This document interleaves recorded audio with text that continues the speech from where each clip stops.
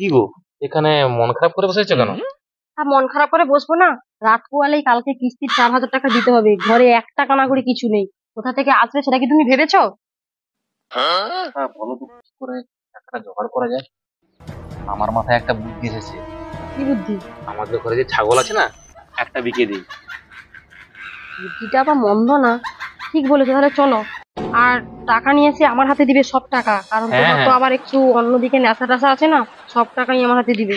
চলো। আচ্ছা ঠিক আছে, ঠিক আছে, সব টাকা তোমার হাতে দেবো। ঠিক আছে, চলো আসো। চলো চলো চলো। আচ্ছা, এটাকে নিয়ে যাও। এই ছাগলটা? হুম। আচ্ছা ঠিক আছে।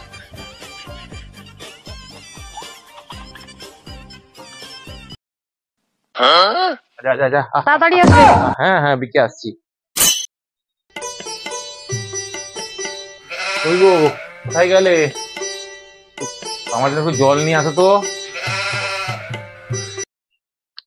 হ্যাঁ হ্যাঁ, আসছি গো। এই না জল না। দাও দাও দাও। কই গো? হুম। কত টাকা হলো ছাগল বিক্রি করে? ছাগল বিক্রি 2,000 টাকা হয়েছে না? 2,000 টাকা? হ্যাঁ। ওটা তো অনেক টাকা হওয়ার কথা, তোমাকে 2,000 টাকা দিয়েছে মাত্র?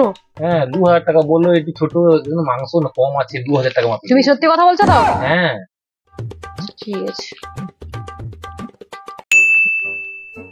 বাবা। গরু বিক্রির টাকা নিয়ে স্বামী স্ত্রীর মাঝে হাতাহাতি ও ঝগড়ার এক পর্যায়ে স্বামীর অন্ডকোষ চাপ দিয়ে ধরেন। সেই প্রবল ব্যথা সহ্য করতে না পেরে অজ্ঞান হয়ে যান। তাৎক্ষণিকভাবে পরিবারের সদস্যরা তাকে উদ্ধার করে হাসপাতালে নেওয়ার পথে মৃত্যু হয় 45 বছর বয়সী। তোমার 2,000 টাকা না, আর 2,000 টাকা না, এই না। কি গো? কি হলো? এই না, এই না। আরে এটা কিসের টাকা?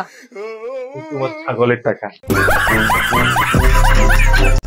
যে না আবার, শালা বুদ্ধি থাকলে সবকিছুই হয়।